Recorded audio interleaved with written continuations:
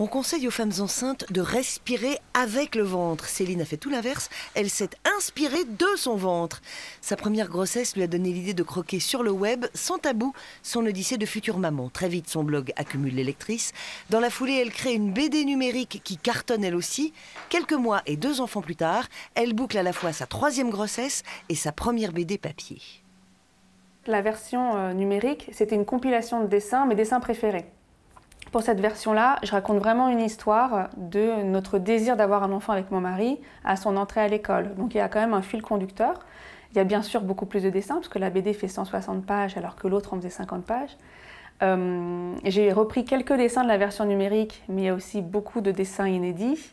Et les dessins que j'ai repris sont tous redessinés pour qu'il y ait une vraie cohérence. Donc c'est pas le même travail. L'univers est plutôt girly, même si les pères sont aussi présents dans le livre. Du coup, logiquement, Céline reçoit plus de retours de lectrices que de lecteurs.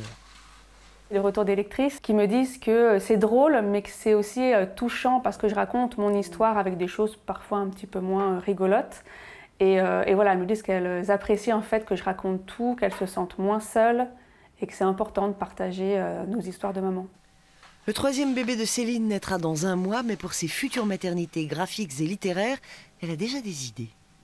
Comme la place de la maman qui travaille dans notre société, je pense qu'il y a beaucoup de choses à dire là-dessus. Après, voilà, il faut que je fasse un peu le ménage dans ma tête, voir comment on aborde ces différents sujets, mais j'ai beaucoup d'idées.